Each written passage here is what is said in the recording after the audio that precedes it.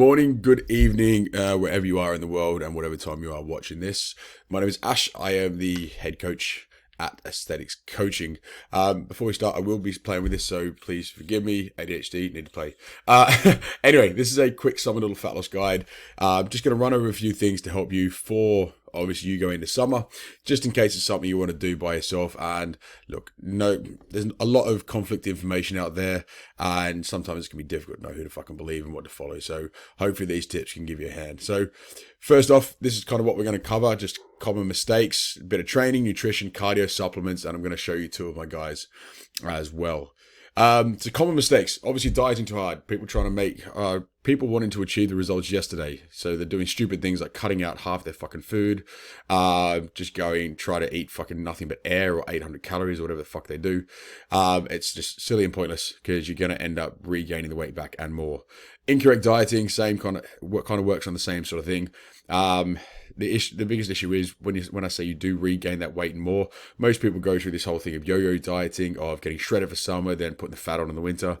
Look, it's going to make it harder to to lose the fat further on down the line if you keep in that terrible cycle. So we want to teach you good habits.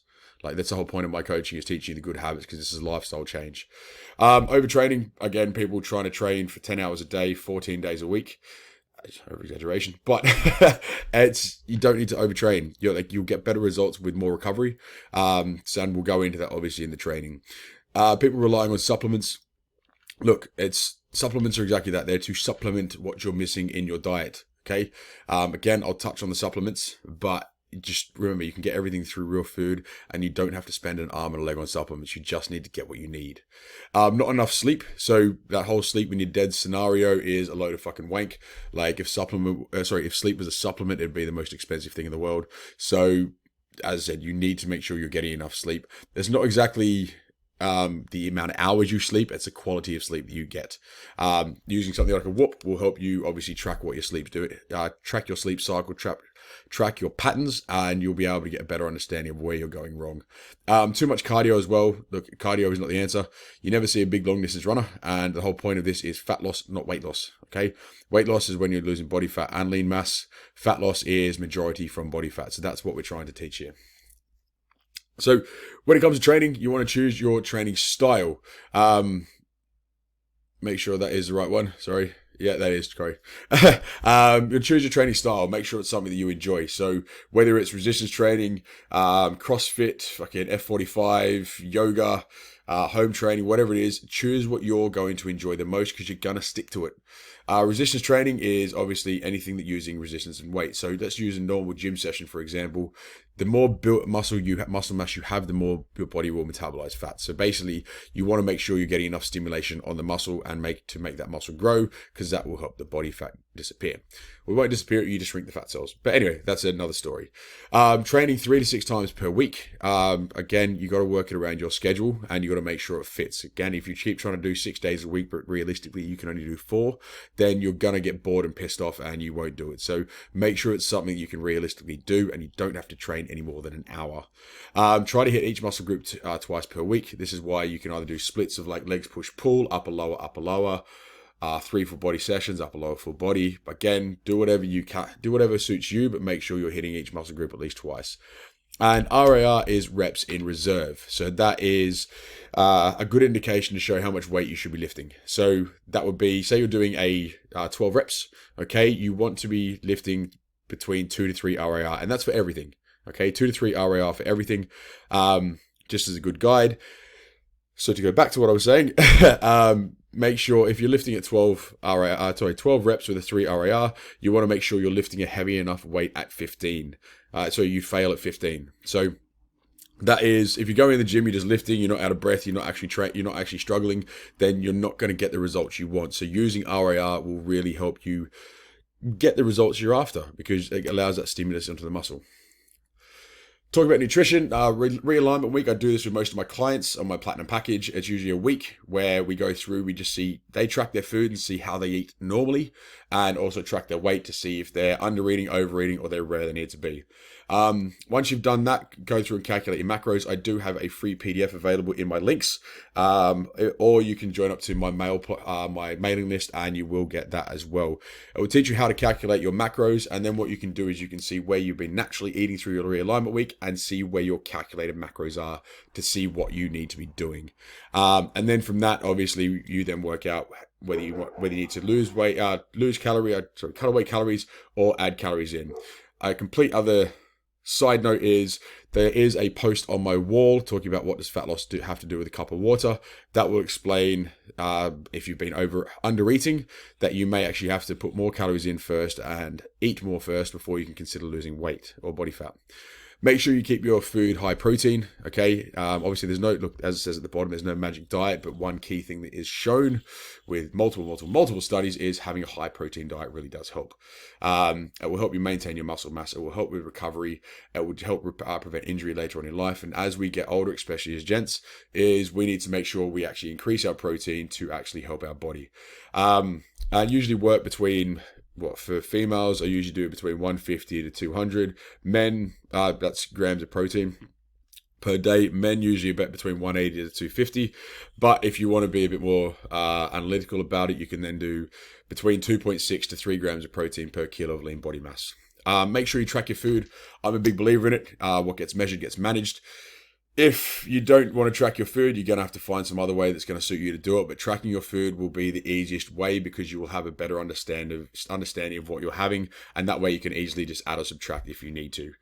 Track your weight. Okay, you can either do it weekly, but I do it every single day. The reason is I just like to see how the weight's responding to the food that I'm having. Plus, I look at the average over the week of where my weight is.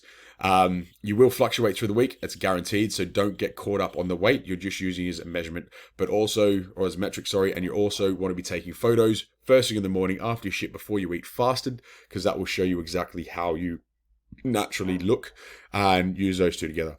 Make sure you're getting a lot of greens in your diet. About 125 grams, 2 meals per day. It's really going to help with the fiber intake in your body. It's going to help you feel better, look better, and it's just going to help all the vitamins, nutrients that you need in your body to get better results. And obviously, no magic diet.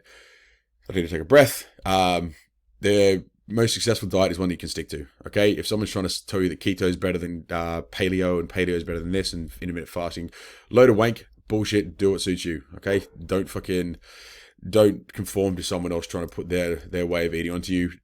The most successful one is one that you can stick to. As long as get enough protein, don't go over calories, and you're in the right kind of deficit, then yes, you will lose body fat. With your cardio, 10K steps, it's not magic. Definitely is not a magic number, but it gives you a good range to kind of go for when you're obviously out doing it, just to get the steps in, okay? And it keeps you active.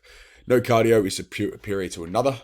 So yes, you can do certain ones that you'll burn the calories quicker, but it's at the end of the day, it's energy balance. So it doesn't mean one's going to be better than the other because I burn more calories in this point in time. It's all energy balance. So as long as you're burning the right amount of calories, you're all good. Choosing the cardio that works best for you. If you want to play football, if you want to run, if you want to ride, if you want to fucking cycle, if you want to walk, do what's best for you. It's just about energy balance. Again, don't overdo it. There's no point overdoing it because at the end of the day, you are here to preserve as much muscle mass as possible, and cardio is just a tool. Technically, you can do most of it with just food, just removing food, adding food. Supplements, again, like I said, they're not magic. If you go into the supplement store and they try to sell you half the supplement store, he's just trying to get your fucking money. Protein and creatine are two of the most studied supplements in the world. So if you are getting something, use those two. Don't go wild on anything else. Most others are snake oil. If someone's trying to get you to do Clen or any other fucking steroids, just make sure you do your research, but it's pointless for most people, unless you're doing bodybuilding, in my opinion. Certain supplements like sleep supplements, yes, are fucking great if you are struggling with sleep, but that's a different story. So if you have any questions on that, please let me know. And these two case studies here, you've got Jossie. He is a business owner, owns multiple different medical practices in Australia. He's also a doctor himself. And I worked with him for 2 years. What you see there is literally 12 weeks. he stuck to the plan. That's all it was. He was religious about what he did. He kept in contact with me. He asked questions and he trained and put the effort in and stuck to the plan. And on the right, you have Michael, gent here in London, fucking absolute weapon. This was done in about 8 weeks, getting him ready for his wedding. His wife actually joined up as well. But lo and behold, did we know that he actually turned out looking like Superman and Clark Kent. So I've actually got him getting a photo for me in glasses and a Superman outfit. But again, same thing. It's tempo training for him, learning new ways of training. He actually had to put a metronome over some music. So that way he could, actually... Sorry, I lost train of thought for a second. Keep to the tempo, but the results he got is absolutely phenomenal. And as you can see, that's what it is. End of the day, look, results are always person dependent. If you don't put in the effort and you don't follow your rules or your plan, whatever you're doing, then you won't get the results. Okay. It's all I said. Results are effort dependent. So that is a big thing to remember. If you have any questions, please fire them across. If you're interested in coaching, please reach out and I'd love to be able to help you on your journey. Other than that, I wish you the best of luck with your summit journey.